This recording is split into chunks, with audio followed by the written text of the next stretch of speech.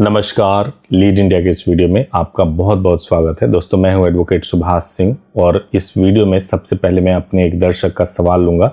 आइए उनके सवाल को सुनते हैं। नमस्ते सर, मैंने मैरिज किया है। मैं अपने मैरिज सर्टिफिकेट को चेक करवाना चाहती हूँ कि वो मैरिज जो सर्टिफिकेट है वो जेन्युइन है या नहीं है, और साथ ही साथ मैं अपने घर वालों से बचने के लिए प्रोटेक्शन भी लेके चलना चाहती हूँ। तो वो मैं कैसे लेके चल सकती हूँ, क्या आप मुझे बता सकते हैं? आपने इसमें 2-3 विषय उठाया है। मैं आपको डिटेल में आपके सारे प्रॉब्लम का सोल्यूशन देने की कोशिश करूंगा। सबसे पहली चीज़ तो आपने ये बोला है कि जो सर्टिफिकेट आपको रिचुअल करने के बाद मिला है वो जेन्युइन है या नहीं जेन्युइन है। दूसरा जो आपका सवाल है वो सवाल ये है कि पुलिस आपके पीछे पड़ी हुई है, घर वाले आपके सपोर्ट में नहीं है, इस सिचुएशन को कैसे डील करें। और तीसरी जो सबसे इम्पॉर्टेंट बात है कि मैरिज का रजिस्ट्रेशन हो ही नहीं पा रहा है, किस तरीके से मैरिज का रजिस्ट्रेशन कराएं।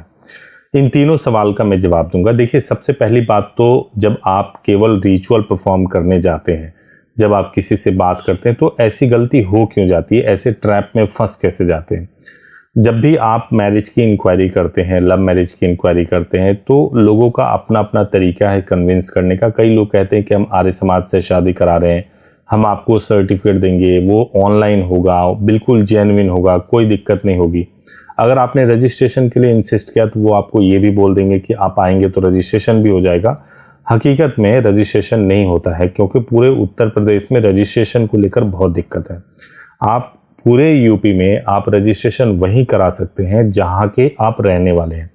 अगर आप मेरठ के रहने वाले हैं तो मेरठ में ही रजिस्ट्रेशन हो सकता है, नोएडा के रहने वाले हैं तो नोएडा में ही हो सकता है, अगर आप कुशीनगर के, गोरखपुर के रहने वाले हैं तो आप उन्हीं जगहों पे करवा सकते हैं अपने तहसील में। तो एक बात तो क्लियर कर लीजिए। अब दूसरी बात यह है कि अब चलो, ये तो बात निकल गई क्योंकि तब की बात थी जब आपको मैरिज करनी थी। अब जो दूसरा जो सबसे इंपॉर्टेंट फैक्टर है कि जो आपको ये सर्टिफिकेट मिला है ना, वो जेन्युइन है या नहीं जेन्युइन है।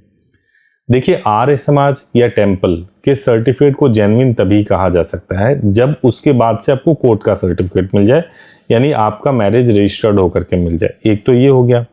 और दूसरी जो इंपॉर्टेंट चीज ये होती है कि जो भी व्यक्ति शादी करा रहा है, यानी जो टेम्पल या जो आर्य समाज या जो पंडित जो भी शादी करा रहे हैं, अगर जरूरत पड़े तो वो अपनी गवाही दे सके कोर्ट के अंदर। अब होता क्या है कि कई आर्य समाज ऐसे होते हैं जो देखने में बाहर से आपको बहुत भव्य दिखेंगे, बहुत अच्छे दिखेंगे, लेकिन वो मैरिज का कोई रिकॉर्ड मेंटेन ही नहीं करते, कुछ भी मेंटेन नहीं करते। अब आपने वहां जाकर के शादी कर लिया, उन्होंने आपको सर्टिफिकेट भी दे दिया। कल को जब आप उसी आर्य समाज से पूछेंगे कि मैंने आपके पास से शादी किया था, तो साफ साफ डिनाई कर देंगे और ये कह देंगे नहीं जी, ये तो हमारा सर्टिफिकेट ही नहीं है। तो ये एक बहुत बड़ी प्रॉब्लम होती है। तो ये देखना जरूरी होता है, ऐसी संस्थाओं को ढूंढना जरूरी होता है जो आपके मैरिज को जरूर रजिस्ट्रेशन करा करके दें। ये 100% जरूरी होता है और इसको इंश्योर करना चाहिए। आपके केस में जो आपने मुझे सर्टिफिकेट भेजा था, उस सर्टिफिकेट को मैंने देखा तो सर्टिफिकेट देखने में गलत नहीं लग रहा है, लेकिन वो उसका रिकॉर्ड मेंटेन हुआ है कि नहीं मेंटेन हुआ आर्य समाज में। आप उसी व्यक्ति को पलट के फ़ोन कीजिए और उससे पूछिए कि सर, आपने जो रजिस्टर में एंट्री की हुई है उसकी एक मेरे को कॉपी भेज दो, क्योंकि ये मुझे पुलिस वालों को देना है कि रिकॉर्ड मेंटेन होता है या नहीं मेंटेन होता है। उनके भी आप आवाज़ को रिकॉर्ड कर सकते हैं। ये सब चीज़ें आप आर्य समाज को जब डील कर रहे हैं तो आपको ये करना चाहिए।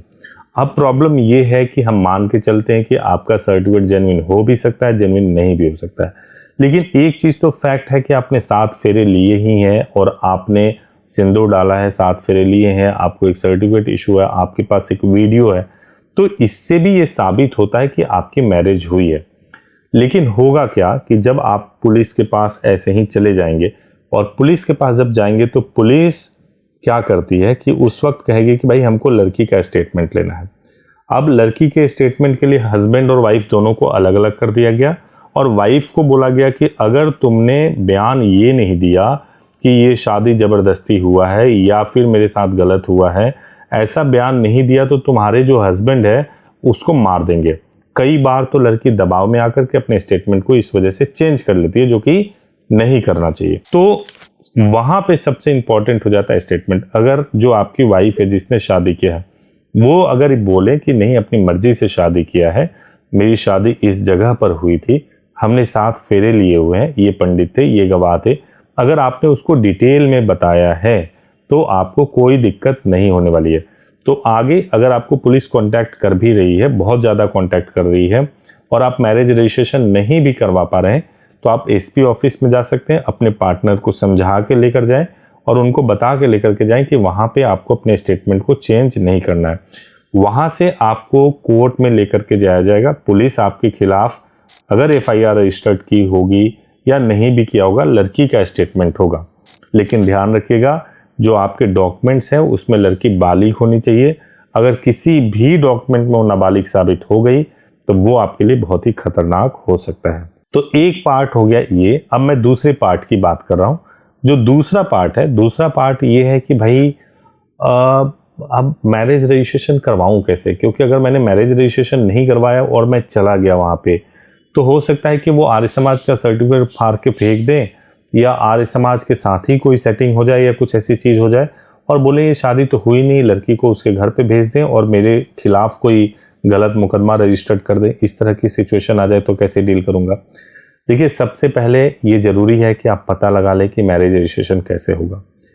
मैरिज रजिस्ट्रेशन पे मैंने बहुत सारे वीडियोस बनाए हैं। एक जो सबसे बड़ी समस्या है कि अगर आपने उत्तर प्रदेश के रहने वाले हैं, उत्तर प्रदेश में ही आपने शादी भी कर लिया, अब आप दिल्ली में आकर के मैरिज रजिस्ट्रेशन करवाना चाहोगे तो नहीं हो पाएगा। कारण क्योंकि आपका जुरिडिक्शन नहीं बनेगा। अगर आप यूपी के रहने वाले होते और दिल्ली में आकर शादी करते तो शादी के बेसिस पे आपका मैरिज रजिस्ट्रेशन हो सकता था। लेकिन अगर आप फिर भी करना चाहते हैं तो ऑप्शन ये है कि आप आएँ, फिर से शादी करें, फिर से रजिस्ट्रेशन करवाएं। ये प्रोसेस करके आप कंप्लीट कर सकते हो, इसमें कोई दिक्कत नहीं है।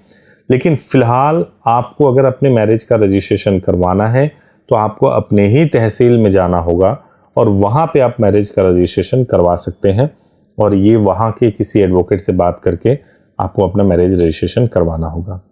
और आखिरी में मैं आपको बताऊंगा कि बहुत सारे कपल ऐसी गलती क्यों करते हैं। बहुत सारे कपल गलती इसलिए करते हैं क्योंकि वो जब इंक्वायरी कर रहे होते हैं तो ये जज करते हैं कि कम फीस में कहाँ होगा, या ये भी इंक्वायरी कर रहे होते हैं कि भाई अगर ये व्यक्ति तो सब कुछ करा करके दे रहा है, कम फीस में करा के दे रहा है, चलो इसी के पास चलते हैं। लेकिन वो ये नहीं सोच पाते कि ये मेरे लाइफ का सवाल है, उसके बाद से मुझे दर दर भटकना पड़ेगा, उसके बाद से मेरे खिलाफ अगर कोई केस हो गया तो एडवोकेट को मेरे को कई गुना ज़्यादा पैसे देने पड़ सकते हैं। अगर मैं थाने जाऊँगा, कोर्ट में स्टेटमेंट होगा, इन सब चीज़ों में मुझे बहुत परेशानी होगी। इसके बारे में सही तरीके से विश्लेषण नहीं करने की वजह से ऐसी गलतियां होती हैं। लेकिन आप बिल्कुल परेशान मत होइए। अगर आपको फिर भी इस वीडियो से समाधान ना मिला हो और कुछ और ऐसी बातें जो आप कहना चाहते हैं, तो आप हमारे हेल्पलाइन नंबर 8800444555 पे कॉल कीजिएगा और कॉल करके बात कीजिएगा। आप मेरे से भी डायरेक्टली बात कर सकते हैं। और ध्यान रखिएगा, जो कपल देख रहे हैं जिनके साथ ऐसा नहीं हुआ, आप ऐसे किसी ट्रैप में ना फंसिए, क्योंकि उससे आपको बहुत दिक्कत होने वाली है। ऐसे ट्रैप में नहीं फंसना है। कहीं भी आप लव मैरिज कर रहे हैं जिसमें आपके परिवार का कंसेंट नहीं है, तो मैरिज के साथ में मैरिज रजिस्ट्रेशन जरूर कराइए, बहुत जरूरी होता है। Thank you so much for watching this video. Thank you so much.